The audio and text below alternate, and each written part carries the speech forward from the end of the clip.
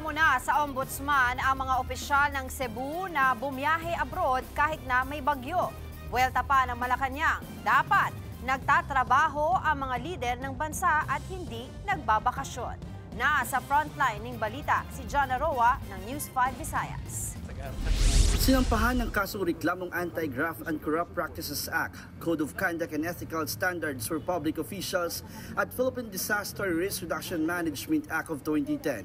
Ang ilang opisyal ng Cebu kabilang si Congressman Duke Frasco at 6 na mga alkalde ng probinsya. Catmon Mayor Arvis Monleon, San Francisco Mayor Alfredo Arquellano Jr., Tudela Mayor Griman Solante, Poro Mayor Edgar Rama, Pilar Mayor Manuel Santiago at Compostela Mayor Filijor. Ayon sa complainant na si Attorney Julito Anyura Jr., kung naroon lang sana ang mga opisyal bago ang kasagsagan ng Bagyong Tino, hindi raw sana ganito kataas ang bilang ng mga nasawi. Tayong mga constituents ay parang ginagago na ng mga local chief executives o ng mga government officials when they should have been leading us.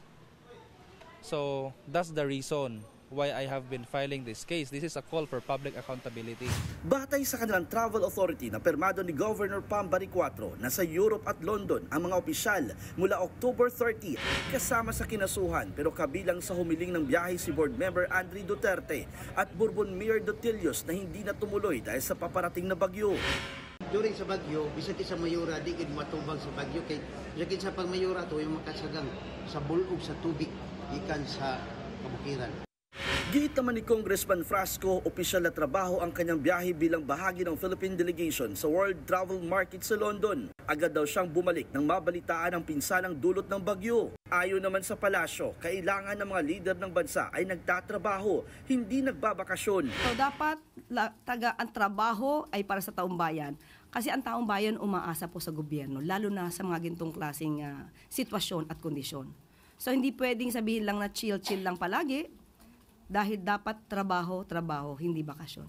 Dahil sa nangyaring ito sa Cebu, nagpulong ang DPWH patungkol sa Flood Control Master Plan ng probinsya. Makikipagtulungan daw ang DPWH sa ICI, NIA, DENR at ibang ahensya para sa execution ng mga proyekto. Giit nila, integrated water resources management ang kailangan at hindi lang pagpapatayo ng mga flood control structure. Nagbabalita mula sa Frontline, John Aroa, News 5 Visayas!